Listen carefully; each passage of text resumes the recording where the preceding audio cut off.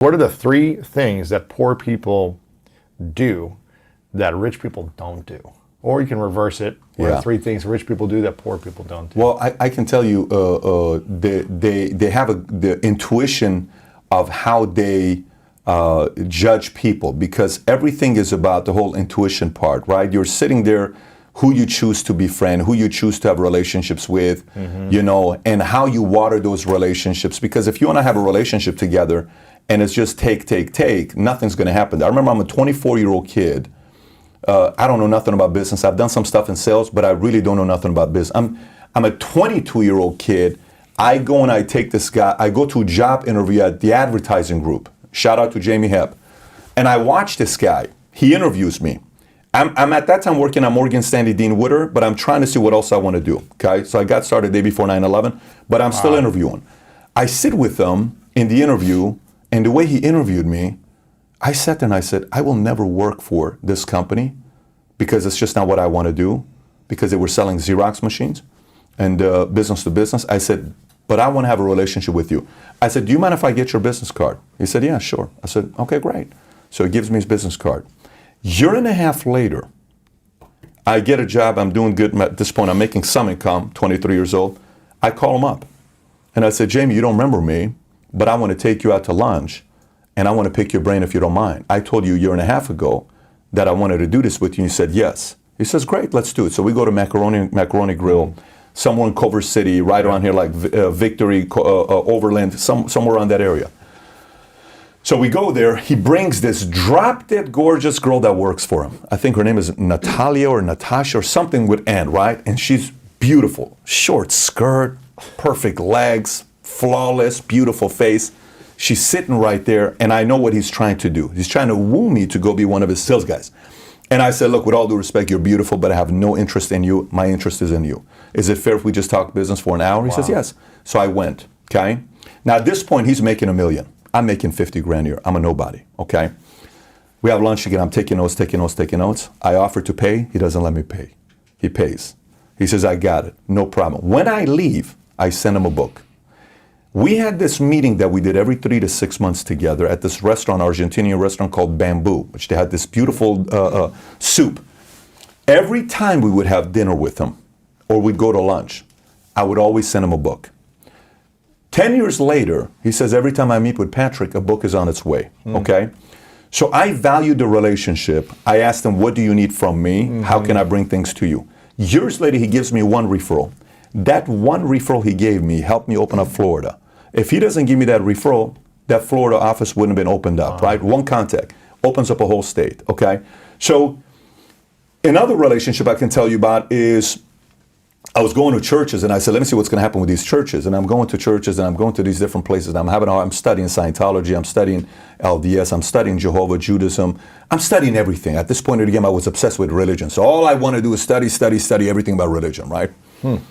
And I'm 24, 25. I eventually find this church called Shepherd at the Hills, which is ran by a guy named Dudley Rutherford. And I go to this place. And I'm an atheist, so it's not like I'm going in there. I'm just trying to see what's going on over here. I'm just trying to learn. I'm not trying to do it. I go to this place and I'm like, okay, I like this guy's style. You typically go to church. If you don't do this, you're going to hell. And I'm like, dude, I don't need to know I'm going to hell. I know I'm going to hell. I just want to know I have a shot in heaven. You know what I'm saying? So this guy's energy was, you have a shot at heaven, right? I'm like, okay, cool. All right. This is my tryout. I feel a little better, right? I know the screw ups, what I've done in my life. Let me see, maybe I got a shot over here. So I go there, and I'm sitting in the back. I watch him once, twice, 3 times, 4 times. I'm like, wow, I like this guy. So then I sent him an email, a little bit of an arrogant email, but I'll tell you what the email was. I sent him an email, and I said, listen, my name is Patrick Bet-David. You don't know who I am, but I'm going to be somebody in the world. And I know you are somebody in the world, but I promise you, if you give me your time, I will always bring value to you. Wow. It will not be a waste of your time, okay? I'm not doing anything at that time at 25. I got a small little office operation, nothing crazy. We go have a lunch together at Black Angus. Black Angus off Canoga or Topanga. We go to Black Angus, we sit down, we talk. After the meeting is over with, I said, what can I do for you? Nothing there. We go out again, what can I do for you? Nothing there, what can I do for you? Nothing there. Eventually, he says something happened with my son at Moore Park basketball, and I made a phone call to the coach, and I spoke to the guy. and anonymously, because I didn't like the way this whole situation was handled. He probably doesn't even know the story. I know the people may know, but he may not even know the story. So, so I make the phone call. We get closer. He marries my wife. We change our wedding to Friday. It was set up on Saturday to Friday so he can wed us. Anyways, in 2008, 2009, he introduces me to Tom Ellsworth. You know how I talked about Tom earlier? He introduced me to Tom, okay? And Tom comes, okay? In 2009, he introduced me to Matt Sapala. Matt Sapala and Sheena, I got introduced to '09. They just got promoted this last week at West Palm Beach to the Chief Distribution Officer, PHP, right? He is now the CDO, okay? We've paid him in the first 6 months of the year over $1 million. They're doing very good at what they do in the business here. But if I don't have that contact and I water him what his needs are, not what I can take. Yep. If I give the needs I don't have those contacts.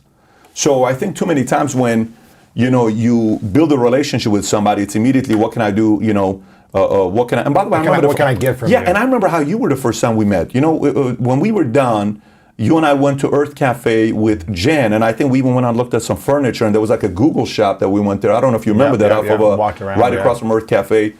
And you said, Pat, how can I help you? What do you need from me? What can I do for you? It was on the corner after Exactly. out. Exactly. So we walked around, babe, she said, yeah, I really like this Lewis guy. I don't like this approach, how he is. That's the dynamic that you don't see behind closed doors. People may see School of Greatness, people may see the books, but behind closed doors, the context is about what can I do for you. So you asked 3 things. I'd say the biggest one is figure out ways to strengthen relationships and take them deeper, because you never know. Just like everybody thinks you're, one sale away or one opportunity away, you're one contact away from your life changing. If you start valuing your contact like a book of business, everything changes. That's true. What I heard you say there was intuition, study, and relationships. Sure, yeah. Does that cover those kind of 3 things?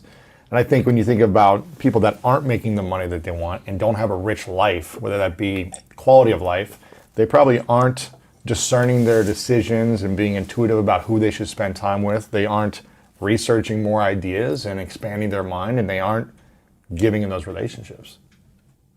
I would agree with that. Yeah, I would agree with that. And I think sometimes it's also not knowing what something could lead into. A guy one time came into Morgan Stanley, Dean Witter, on a Harley Davidson bike, and he had tattoos, and he looked rough, very rough. No advisor would take him. He says, I'm looking for an advisor. No advisor would take this guy. Yeah, I need an advisor.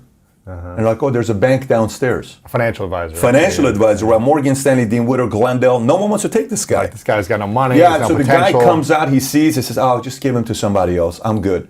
The guy in the corner office that has a couple $100 million under management, he leaves. Then the new guy takes him. Then the guy comes, I have $50 million to invest. He got an inheritance. That one account was $50 million. Changed his life. Changed his life. Yeah. And he put the 50, and the rookie broker got a $50 million money under management. You're getting 1 or 2 points on that. That's life crazy. changing. So the For point life. For life. Every year. Every year. Generational wealth. We're not talking about like a small thing here. So you can't just sit there and look at relationships that you never know the potential of a contact. You have to know every contact could take you to some place that you don't know. It's like a movie. You don't know the next scene. So you can't just assume what that contact's going to lead into. Yeah. Sometimes the smallest contact can lead into something big.